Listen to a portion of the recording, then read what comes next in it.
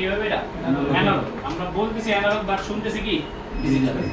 বলতেছি অ্যানালগ, যেটা আমরা বলতেছি এটা একটা মূলত হচ্ছে কি পুরো একটা বাতাস, যে বাতাসগুলো আমরা বাতাস যেখানে নাই সেখানে সাউন্ড নাই।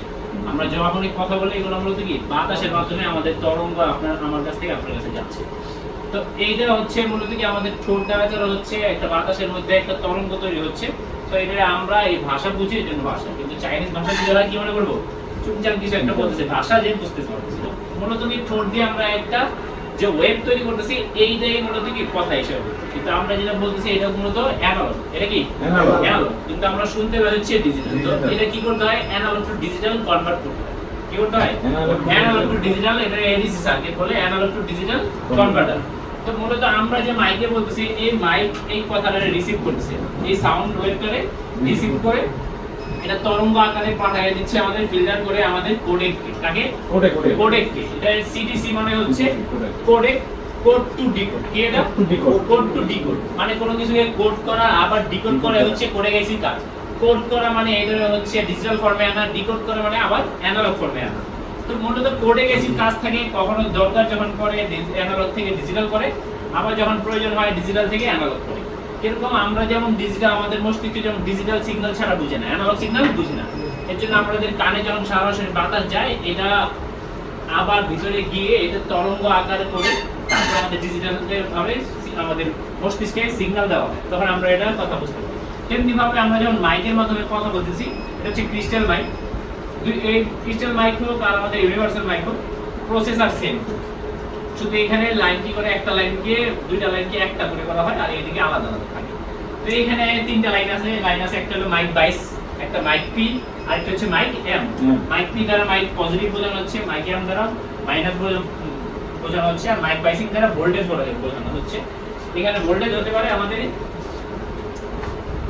সবচেয়ে বেশি 2.8 ভোল্টেজ থাকবে, কখনো কখনো 1.8 ভোল্টেজ পাবো। এইখানে পাবো আমরা 1 ভোল্টেজ বা 1.1 ভোল্টেজ প্লাস।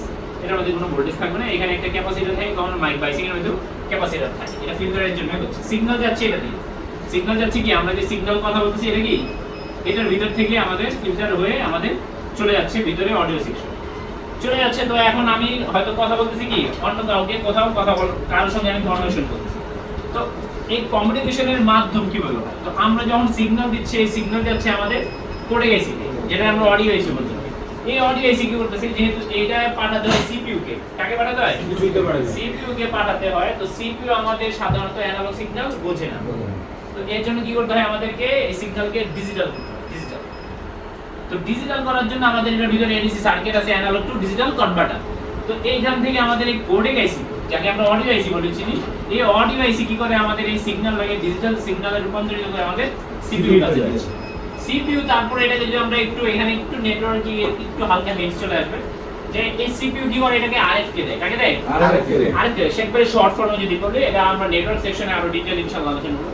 তো সিপিইউ দিচ্ছে আরএফআইসি কে, আরএফআইসি এটাকে মডিফাই করে দিচ্ছে 4G কে, কাকে হচ্ছে এটা বললাম কি ট্রান্সমিট। এটা কি হলো ট্রান্সমিট হলো, এটা আমরা কথা বললাম এই কথাটা চলে গেল। তো এই কথাটা আমরা যে অ্যানালগ ছিল এটাকে ডিজিটাল করার মাঝখানে কি ছিল কোডেক আইসি ছাড়া এটা পসিবল না।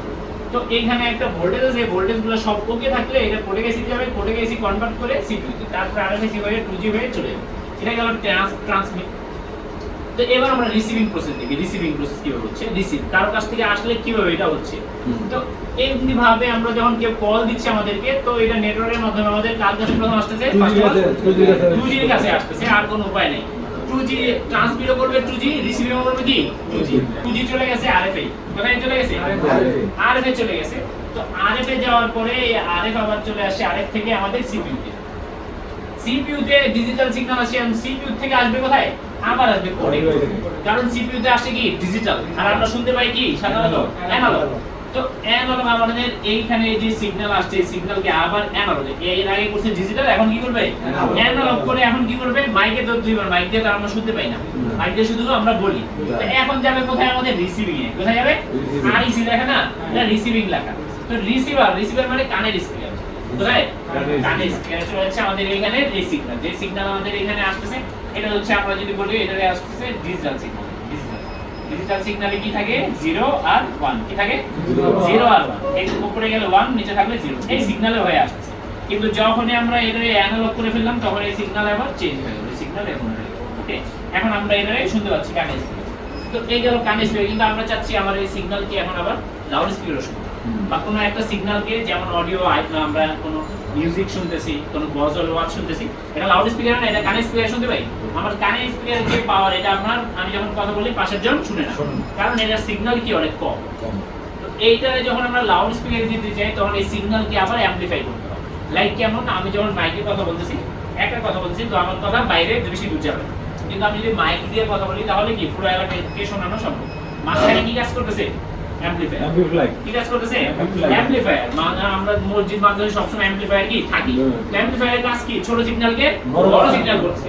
লাইক দিস, ওর কাছে যে সিগন্যাল, ওই আইসি ম্যানুফ্যাকচারে যে সিগন্যাল তৈরি করতেছে, এই সিগন্যালকে ছোট স্পিকার চালানো সম্ভব, কিন্তু বড় স্পিকার চালানো সম্ভব না। এই জন্য বড় স্পিকার চালাতে হলে আমাদের কি করতে হবে? এই সিগন্যালকে বুস্ট করতে হবে। কি করতে হবে? বুস্ট করতে হবে। এই সিগন্যালকে বুস্ট করার জন্য আমরা লাগাইছি কি? পি, পাওয়ার অ্যামপ্লিফায়ার। এই পি আর এই পি আলাদা না, এটা নেটওয়ার্কের পি, আর এই পি হচ্ছে আমাদের অডিও আইসি পি। এই আইসি কি করবে? এখন আমাদের এই সিগন্যালকে বিশাল আকার করার পরে এখন আমরা লাউড স্পিকারে শুনতে পাবো। বুঝে গেছে? তো এই যদি আমরা শুধু রিসিভে শুনতে চাই তাহলে এই আইসি যে সিগন্যাল তৈরি করতেছে এটাই এনাফ। কিন্তু আমরা যদি এটা লাউড স্পিকারে শুনতে চাই তাহলে ও যে সিগন্যাল তৈরি করতেছে এটা এনাফ না। তাহলে কি লাগবে? এখানে পি আর একটা আইসি লাগবে। পি এ লাগবে। তো পি এ ছাড়া আমাদের কখনোই লাউড স্পিকার হয় না। যখনই, তার মানে আমরা বুঝলাম যদি আমাদের মোবাইলের মধ্যে কথা না যায় তাহলে সমস্যা হচ্ছে আমাদের মাইক। যদি আমাদের কানে শুনতে না পাই তাহলে কি? Air speaker. আর যদি লাউড স্পিকার না চলে তাহলে এয়ার স্পিকারে কাজ করে হবে? কারণ ও তো আর কাজ করতেছে না। এই সময় করতেছে কি আমাদের লাউড স্পিকারের পাশে আছে কি? পিএ। এই পিএ তে আমরা কাজ করতেছি। যখন আমাদের লাউড স্পিকার কাজ না করবে তখন কি করব আমরা? পিএ তে আমরা কাজ করব, পিএ তে জাস্ট। কিন্তু আমাদের রিসিভার কাজ না করলে আমরা কানে স্পিকার দেখব। আর মাউথ আমার যদি কমিউনিকেশন না হয় তাহলে আমি কি করব? মাইকের সঙ্গে কাজ করব। তো এই হচ্ছে মূলত কাজ করার সিস্টেম।